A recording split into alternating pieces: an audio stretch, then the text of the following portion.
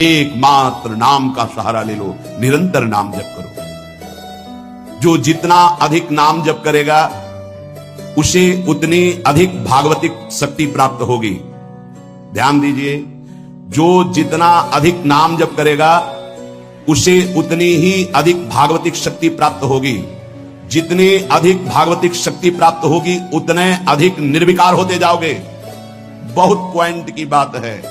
सब कहते हैं हमें ये विकार ये विकार, ये रोने की भिगियाने की जरूरत नहीं है, ताकतवर बनने की जरूरत है। ताकत है भगवान नाम जप। फिर सुनो, जो जितना अधिक नाम जप करेगा उसे उतनी अधिक भागवतिक शक्ति प्राप्त होगी।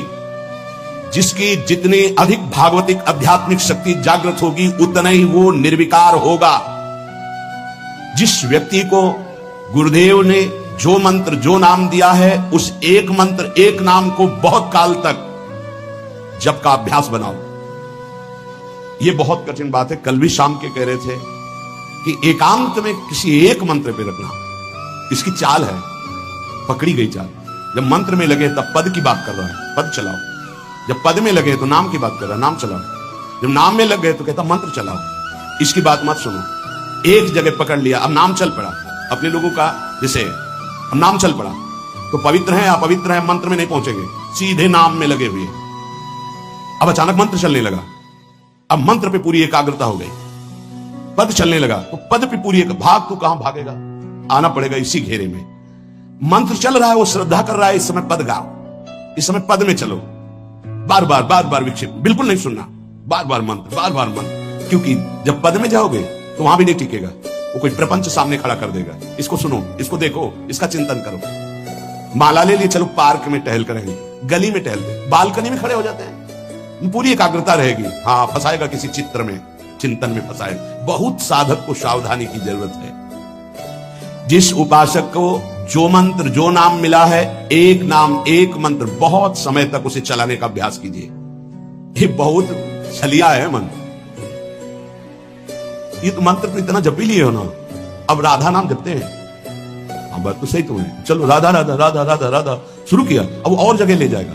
इसका मतलब इसकी सलाह सत से सत, पहले सत से सत और फिर सत से असत में ले जाएंगे। इसका मतलब जहां हमें लग गए वहां हमें लगना चाहिए, इसकी सलाह नहीं माननी चाहिए। ये बहुत सलाहें देता है। सलाह देना इसकी स्वभाव प्रवृत्ति, संकल्प विकल्प, इसी को रोकना है। उपासक पकड़ पाओ तो बहुत लाभ प्राप्त होगा। सब इस समय हमें ये नहीं देखना कि मानसिक से कितना लाभ है, उपांशु से कितना, ये सब बातें मत देखो। अरे वाचिक से 10 गुना उपांशु, उपांशु से 100 गुना मानसिक, ये गुना उना हमें नहीं चाहिए। इस समय हमें भगवदाकार वृत्ति करनी है। हमें कोई लाभ हो हानि हो गुना से मतलब नहीं है। वहां जपने से इतना लाभ, वहां जपने, हमारा केवल लक्ष्य है प्रभु का स्मरण। पकड़ो बात। अब वो अगर मानसिक नहीं हो रहा तो उपांशु आते हैं, उपांशु नहीं हो रहा तो हम वाचिक आते हैं, वाचिक नहीं हो तो हम कीर्तन करते हैं। छोड़ेंगे नहीं, तुम्हें बख्शेंगे नहीं। अनन्य चेता सततम, हमें सतत अनन्य चित्त को अपने आराध्य देव में जोड़ना है। जिस उपासक में भोगों की त्याग वृत्ति अधिक है वो बहुत जल्दी सिद्ध होता है। पकड़ो, जो पुरुषार्थ तो करता है पर साथ में भोगों को भी भोगता है, उसकी आसक्ति भजन में नहीं हो पाती, वो आगे नहीं बढ़ पाएगा जब तक वो अपनी वृत्ति को सुधारेगा नहीं। जो तत्व ज्ञान प्राप्त करना चाहता है या प्रेम प्राप्त करना चाहता है, उसको चाहिए कि सदगुरु की अधीनता स्वीकार कर ले, क्योंकि बिना सदगुरु की अधीनता के उसे परिपक्व अवस्था प्राप्त नहीं होगी। जो सदगुरु बतावें नियम दे उनका अक्षरशः पालन करे। जब सदगुरु की कृपा से अधिक जप होने लगता है तो शरीर के परमाणु नामाकार मंत्राकार हो जाते हैं। जैसे आपको सत्संग में याद हो बताया कि पूज्य बाबा श्रीधर जी के जब चरण चापने 8 बजे रात्रि के जाते थे तो चरण स्पर्श करते ही ऐसा लगता मशीन फिट हो गई हृदय में, मंत्र ऐसे चलने लगता। तो अधिक समय बाबा की समीपता में बिताने की कोशिश करते, पर वो जब एकदम भाव में डूब जाते तो अपने लोग छोड़ के चल देते थे, विक्षेप ना पहुंचे उनको। बड़ी उत्तम अवस्था पूज्य बाबा की, बड़ी उत्तम अवस्था। भजन और दैन्यता ये 2 जीवन में उनके बहुत जोर की थी। कहीं कोई किसी भी तरह का अभिमान नहीं।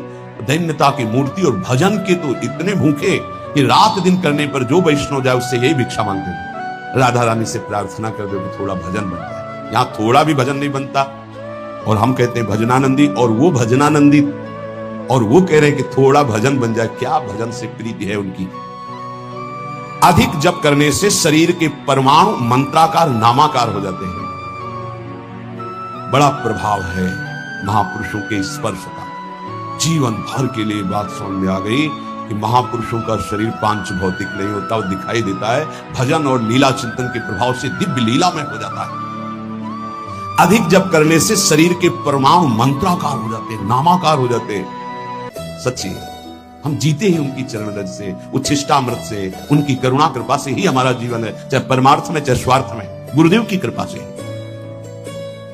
जो नाम है इसमें सूचि असुचि, पवित्रता पवित्रता, समय कुसमय, स्थान कुस्थान, इसका कोई विचार नहीं। लेकिन मंत्र में इसका विचार। मंत्र नहीं चला सकते कि शौचालय में बैठे मंत्र जप रहे हो, या आप लघु शंका करते हुए मंत्र जप रहे हो, या आप शौचालय लघु शंका से निवृत्त होकर पवित्र नहीं हुए, वही कपड़े जो शौच में वही आप नहीं, ऐसे नहीं, फिर आपकी बुद्धि विकारग्रस्त हो जाएगी। ये महापुरुषों के निर्णय है। जो नाम जप करता है, भगवान नाम कीर्तन करता है, तो उसमें निश्चित भाव जागरण होता है। पर हमारी प्रार्थना है, निवेदन है, पूज्य बाबा कह रहे, असलियत में जब तक तुम्हारे अंदर कोई भाव तुम्हें बेशुद्ध ना कर दे तब तक कोई नाटक मत करना।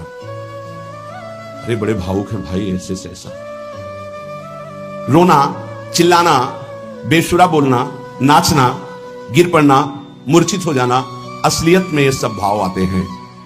जब अधिक नाम जप नाम कीर्तन तो ये सब जागृत होता है। अगर ईमानदारी से जागृत नहीं है तो कोई इस भाव का नाटक न करे। बाबा कह रहे नहीं तो दम रोग लग जाएगा आपके भजन में और वो आपको पतित कर देगा। अत्यंत बड़े हुए भाव के आवेश में जब आपको स्मृति ना रहे तो दूसरी बात नहीं, आप कभी ऐसे भावों का प्रादुर्भाव दिखावा ना करें, नहीं तो दम लग जाएगा। भाई मैं तुमसे बहुत एकांतिक बात कहता हूं कि एक आदमी ध्यान करे और एक आदमी नाम जप नाम कीर्तन करे तो थोड़े समय में तुम देख लेना कि नाम जापक और नाम कीर्तन करने वाले की आध्यात्मिक उन्नति कितनी जोर की हुई है। पूज्य बाबा साक्षात ब्रह्म है। इन्हीं की कृपा प्रसाद से पूज्य पंडित गया प्रसाद जी महाराज ब्रजमंडल के सिद्ध महापुरुष, इन्हीं को गुरुदेव के रूप में वर्ण करके ऐसी उच्च अवस्था प्राप्त की थी कि गीता वाटिका से भाई जी और राधा बाबा परम प्यार दुलार आदर पूज्य पंडित गया प्रसाद जी का करते थे। देखो कलयुग को बहुत खराब बताया गया है पूज्य बाबा का। युग है भी इसमें बहुत दोष, परंतु हम आपसे कहते हैं कि कलयुग बहुत महिमामय भी है। बड़े बड़े ऋषि मुनि देवता याचना करते हैं कि मुझे कलयुग में जन्म मिले। क्यों? क्योंकि केवल नाम जप और नाम कीर्तन से इसमें वो पद प्राप्त होता है जो बड़ी बड़ी तपस्या